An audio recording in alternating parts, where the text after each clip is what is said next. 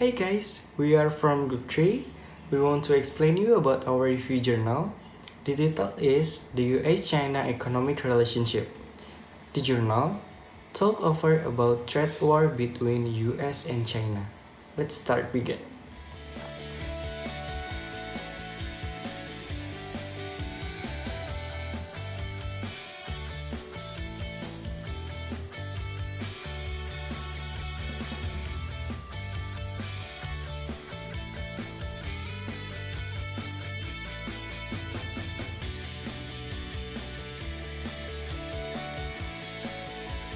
The state of the bilateral economic relationship.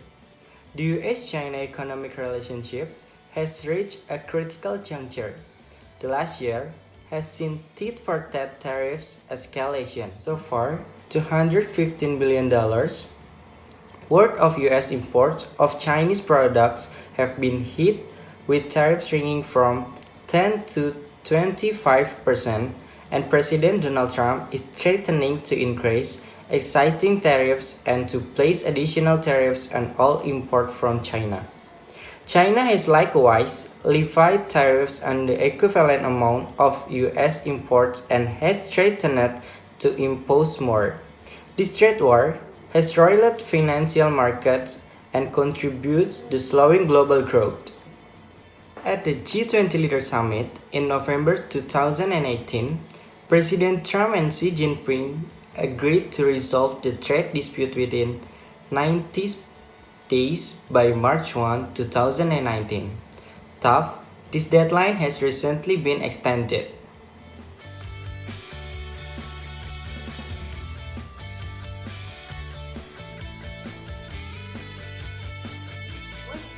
China economy models matters.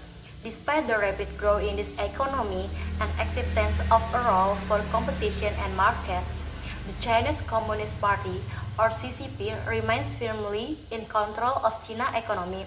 China is not first country with an economic model premised on state control and coordination between the government and business on economic trade priorities. Elements of all this system were and continue to be present in places like Japan with the Keiretsu or South Korea with its chaebols, yet China economy model is different from both Japan and Korea. In addition, due to its sheer size, how China grows will affect the rest of the world in ways that happens Japan's economy and its economy have been known.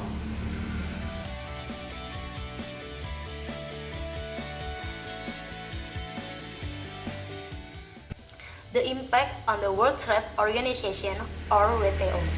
While President 11 continually affirms China's commitment to the multilateral rules-based trading framework, China continues to renege on its World Trade Organization commitments. 5. Moreover, China economy model make it difficult to use the World Trade Organization and its dispute settlement system to challenge non-compliance. In addition, the state role in the judicial and administrative system, including the use of informal notice and verbal demands on foreign business, undermines the ability to show that World Trade Organization inconsistent measures exist. More broadly, China industrial policy, which distort the playing field in favor of Chinese companies, at odds with most World Trade Organization members make basis system.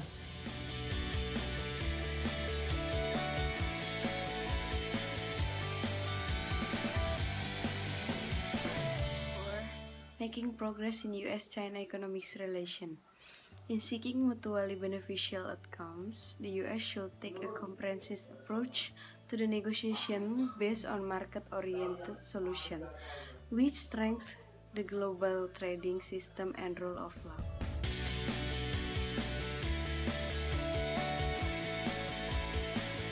Bilateral negotiation. US-China bilateral outcomes need to be verifiable, enforceable, and market-based, not simply a restatement of prior Chinese commitments such as to do better on IP protection and enforcement or forced technology transfer, or to buy more US product.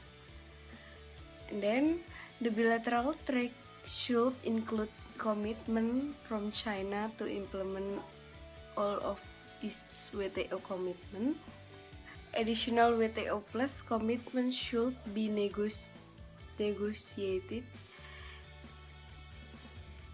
in areas such as SOEs, cross-border data flows, and determining the application of non-market economic status to trade remedy purpose, where feasible enforcement should be through the WTO dispute settlement mechanism and recourse to arbitration under 25 or of a PSU could be used to reproduce speedier results.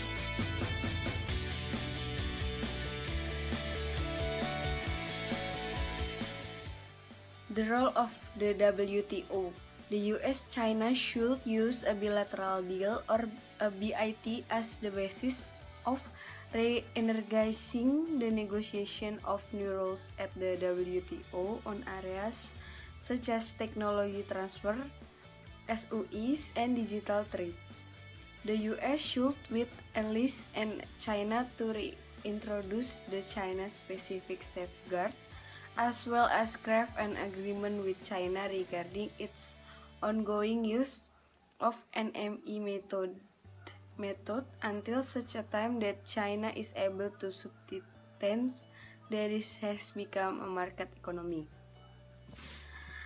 The US should work with China to agree to an in-depth review at the WTO of China's compliance with its WTO commitment. The US should work through the WTO to ensure that China gives a full accounting of its SUS activities, subsidies as required of any WTO member and pursuant to its protocol of accession. And then the last one, the US should work to reform the WTO dispute settlement system to ensure quicker dispute settlement proceedings, including potential injunctive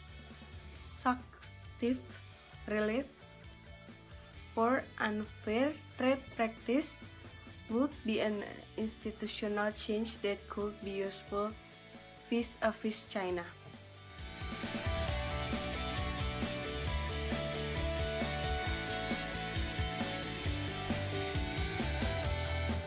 With the US allies. A key part of the US strategy with respect to the China challenge need to include new trade agreements with allies, which raise the standard for the trade. This strategy will provide benefit to the party to such free trade agreement or the FTA, and create economic cost to China from non-participation, which should further encourage China to reform its economy and trade practice, with the aim of joining the new trade agreement, the unilateral of US action. How the US fares in the competition with China will ultimately be determined by the action that US take place in the home.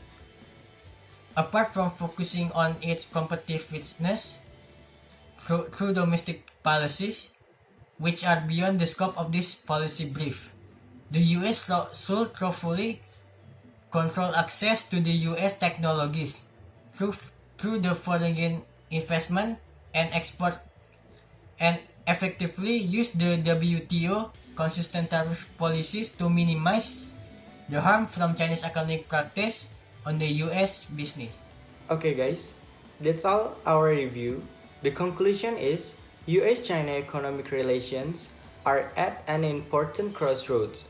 Developing a durable basis for mutually beneficial economic relation will require benefits for both economies while upholding US values of market-based solution and reaffirming the importance of the rules-based international economic architecture. Failure for the US and China to find ways to resolve their differences will strengthen the hand of those arguing for US disengagement from China, with all the costs that would entail for both countries. Thank you.